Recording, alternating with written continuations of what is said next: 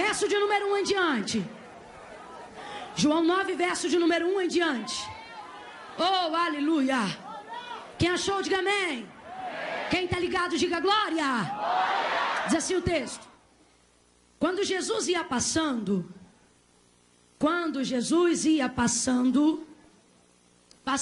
aleluia. Oh, aleluia. Quando Jesus ia passando, viu um homem cego de nascença. E os discípulos de Jesus lhe perguntaram: Rabi, quem pecou? Este ou os seus pais para que nascesse cego? Jesus respondendo disse: nem ele pecou, nem os seus pais. Mas isto aconteceu para que se manifeste nele as obras de Deus. Devemos fazer as obras daquele que me enviou enquanto é dia. A noite vem quando ninguém pode trabalhar. Enquanto estou no mundo, sou a luz do mundo. E tendo dito isto, cuspiu na terra e fez lodo com a saliva e aplicou nos olhos do cego. E disse: vai, lava-te no tanque de Siloé, que significa o enviado. E o cego foi, lavou-se e voltou vendo. Verso 24 e 25.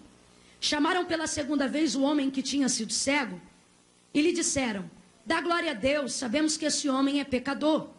E respondeu ele: se é pecador, não sei.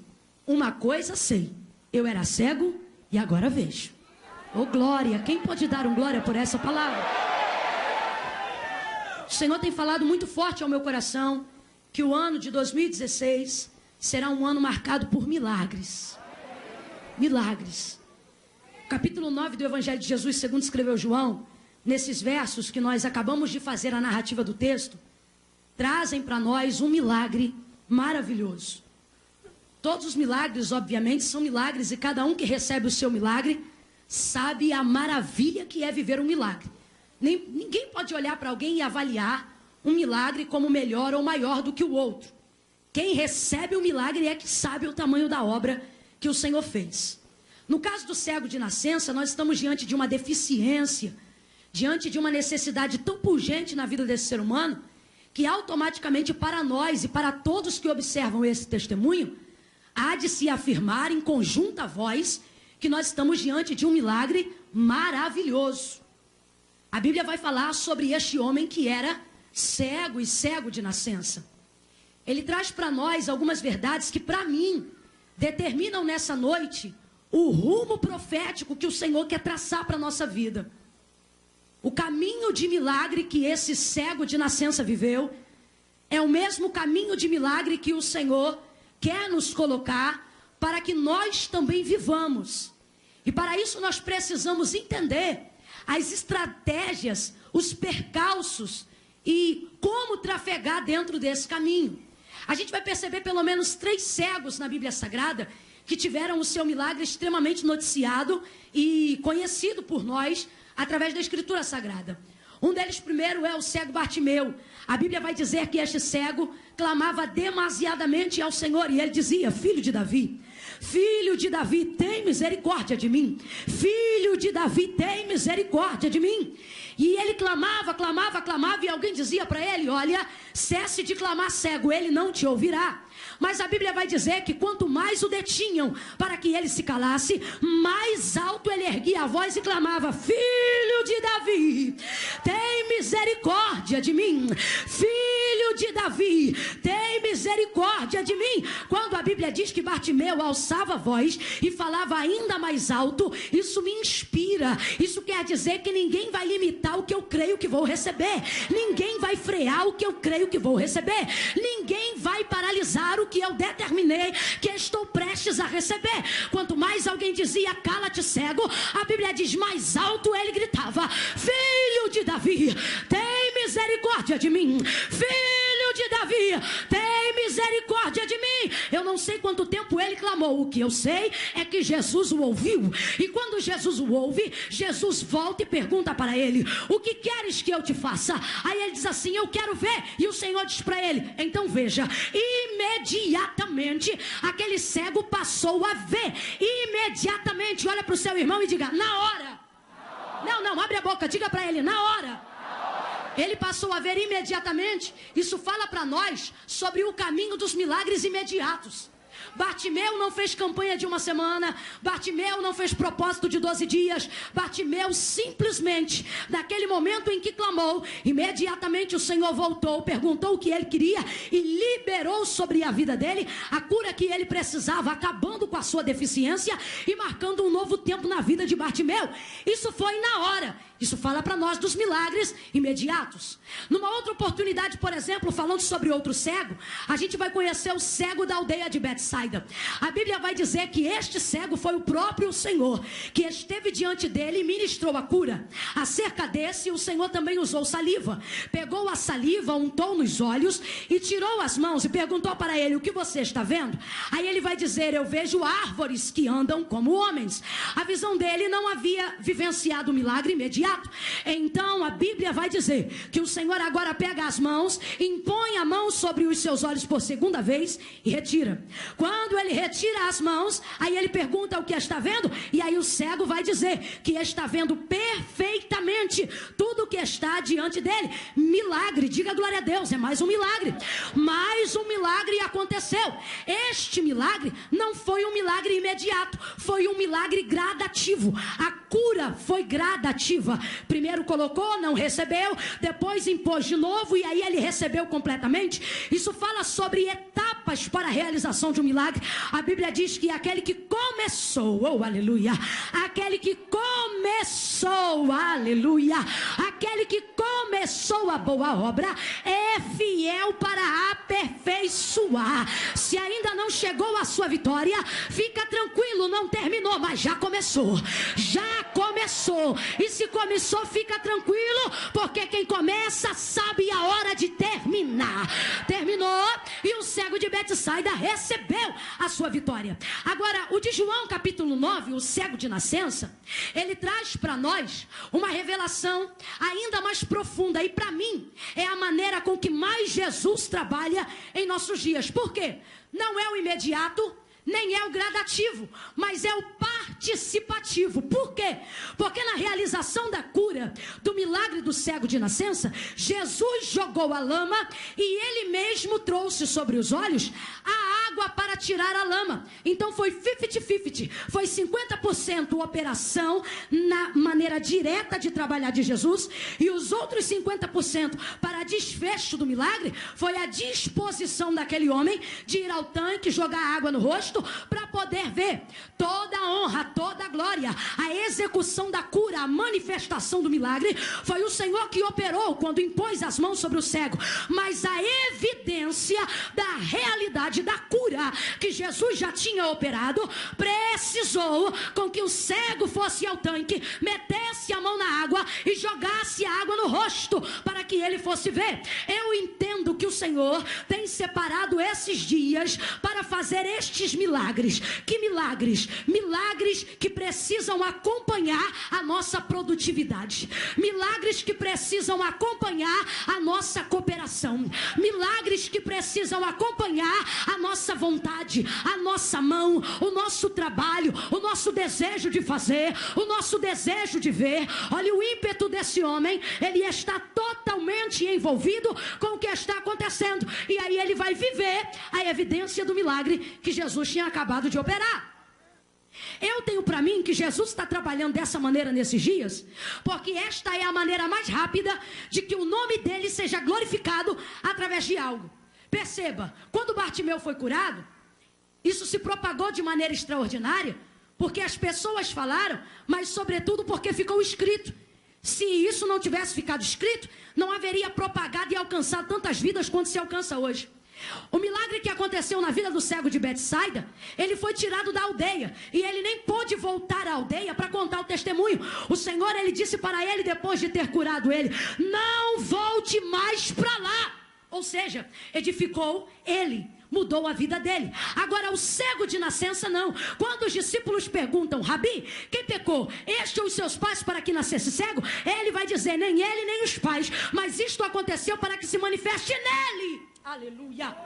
As obras de Deus. Por que eu digo que aqui nesta noite tem para nós as diretrizes do milagre que Jesus quer realizar na nossa vida? Porque eu acredito que o Senhor, Ele quer usar a nossa vida como resposta para dizer que não foi a maldição do pai, que não foi a maldição da mãe, que não foi o fato de eu ter sido socado no ventre, que não foi o fato de eu ter sido deixado, não foi o fato de alguém ter sido me xingado, que vai mudar, que vai alterar o que está prestes a acontecer na minha vida. Irmã Camila, então tudo isto que eu vivi aconteceu para quê? Porque Deus me escolheu para que o nome dele fosse glorificado para uma grande obra. Primeira verdade que precisa ser compreendida para quem quer viver milagre. Quando Jesus ia passando, vem comigo e diga, passando. Diga mais forte, passando. Quando Jesus ia passando, a colocação está no gerúndio. João não vai escrever dizendo passou. João não vai escrever dizendo passava. João é alguém que não se preocupa apenas em relatar os fatos. Ele tinha muita intimidade com Cristo. E isso se dá porque ele conhecia as intenções que levavam Cristo a fazer o que fazia. Perceba que ele é o único dentre os evangelistas que, muito mais do que os fatos, narra também as intenções. Vou dar um exemplo. Todo mundo começa a falar do nascimento de Jesus, falando o nome do pai, falando o nome da mãe, trazendo a árvore genealógica. João não. João já abre o capítulo 1 do seu livro dizendo, no princípio era o verbo estava com Deus, o verbo era Deus, nele estava a vida era a luz dos homens, a luz resplandeceu nas trevas, e as trevas não puderam prevalecer contra ela. Ele já está falando da intenção, está falando do princípio. Então dê atenção quando João estiver falando algo. E o que ele vai dizer é, quando Jesus ia passando, não quando Jesus passou, não quando Jesus passava, ele está falando de alguém que está continuando, ele está falando de alguém que está fazendo, ele está falando de alguém que está executando. Isto aqui traz para nós a revelação do que o próprio João vai escrever mais tarde na ilha de Patmos. Ele vai deixar muito claro que ele não foi, ele vai deixar muito claro que esse Cristo não passou, ele vai deixar muito claro que esse Cristo não passava. O que ele vai deixar claro é, ele foi, ele é, e ele sempre será, e continuará sendo. A primeira verdade que precisa ser entendida é, Jesus não mudou, ele ainda cura, ele ainda liberta, ele ainda restaura, ele ainda trabalha, e ele ainda está passando, está passando, está passando, está passando aqui, está passando aqui, está passando ali. Você precisa crer. Ele não mudou. Não podemos entrar nesse saudosismo bobo em acreditar que os apóstolos tiveram uma oportunidade que nós nunca teremos, em acreditar que eles vivenciaram coisas que nós nunca viveremos. Isso não é uma verdade e o céu não prega isso. Enquanto ele estava na terra, seu poder era executado de uma maneira territorial. Quando ele passava em Samaria, Samaria era abençoada. Quando ele passava em Judeia, Judeia era abençoada. Quando ele passava em Genazaré, lá era abençoado. Quando ele passou em Caná, Caná foi abençoado. Agora, quando ele sai desse corpo corruptível, aí a Bíblia diz, e todo o poder lhe foi dado, no céu e na terra. Chega desse saudosismo ridículo. Isso é espírito de Tomé, aonde você precisa ver as coisas para crer. Tomé tocou nos cravos e se achou por causa disso, mas Jesus disse para ele, tu se acha bem-aventurado porque tocou e creu, mas eu te digo, vou parafrasear porque estou sentindo graça de Deus para isso, mas eu te digo, bem-aventurada aquela moçada que vai estar reunida no dia 9 de janeiro, sem nunca ter visto o meu cabelo, sem nunca ter visto a minha sandália, e vai estar lá levantando a mão, me adorando, não porque vê, mas porque crê. Porque quem crê levanta a mão e adorar, mas porque crê. Porque crê. Precisamos entender. O poder que ele realizou enquanto estava na terra foi maravilhoso, mas o poder que ele realiza até hoje, estando à destra de Deus, é ainda maior. Então entenda, você pode não ter tido a oportunidade de ver o que eles viram, mas você vai ter a oportunidade de ver coisas que eles nunca viram, coisas extraordinárias. Você precisa crer que Jesus não mudou. Gente, eu preciso passar essa verdade, eu preciso falar sobre isso. Nós precisamos entender, Jesus ainda é o mesmo. A Bíblia diz então que ele estava passando, porque ele não muda. Nessa que ele vai passando, a Bíblia diz, e viu um homem, cego de nascença. Quando os discípulos percebem que aquele homem alcançou a atenção de Jesus, eles começam a questionar sobre a vida do cego, e começam a dizer, Rabi, quem foi que pecou? Foi ele ou foi os seus pais para que ele nascesse cego? De repente a vida do cego se tornou alvo de questionário. De repente a vida do cego se tornou tese de comentário. De repente a vida do cego ganhou todo o foco e toda a atenção. Você vai perceber que tudo isso só aconteceu por causa de uma coisa. Porque Jesus, ao passar, viu o homem. O homem que era cego de nascença. Eu preciso rogar e pedir que você faça diferente do que a gente está vendo por aí. Tem muita gente afligida com os comentários. Tem muita gente perturbada com a quantidade de indireta que rola na rede social. Tem gente incomodada, deixando de dormir. Já teve gente que cometeu até suicídio por causa do que está acontecendo, pela maneira com que somos questionados. Nós precisamos entender que esse questionamento e esse comentário, ele tem um propósito, e não é maligno, não é maligno, porque aquele que é de Deus, o maligno não toca. Tem gente que entrou hoje aqui, está dando glória, mas está perturbado, está esperando chegar em casa para pegar um pedaço da mensagem e usar para alfinetar alguém. Pega a cabeça do alfinete, vira ao contrário e alfineta a si mesmo. Não fica preocupado com os comentários alheios. Não fica preocupado com o que o povo está comentando. Irmã Camila, mas de um tempo para cá, minha vida ficou assim. A minha também é desse jeito. Sabe o que eu acho interessante? Tinha um baile chamado Baile do Zé Duro. Quem lembra desse baile aqui? Eu não sei. Tem alguém aqui que lembra da época? O Baile do Zé Duro, gente, era uma coisa terrível. Eu me lembro que ali o ingresso era 50 centavos e colocava na nossa mão. Aí quando colocava na nossa mão, para você ver como é que a gente tinha tanto dinheiro, a gente lambia e colava na mão do outro, para o amigo poder entrar também. A gente não era crente, era uma vida totalmente desregrada. A roupa era desregrada, o linguajar era desregrado. Vivia no colé, como se isso fosse inteligência, como se isso fosse cultura. Andava de qualquer maneira e achava que estava na onda, porque 15 cabeças na praça te conhecia por nome. Oh, palhaçada, o Senhor querendo te usar para influenciar a nação, e você fica de colé para poder ser popular. A nossa vida era assim. A gente não tinha conhecimento, não se vestia direito, não falava direito, não andava direito, ainda mentia para pai e mãe para poder curtir um pouquinho da noite. Nessa época, ninguém via o que eu falava, ninguém via o que eu vestia. Nessa época, ninguém tomava conta da minha vida, ninguém queria saber que horas eu saía e que horas eu voltava para casa. Tem gente que está aqui que era chincheiro da pesada.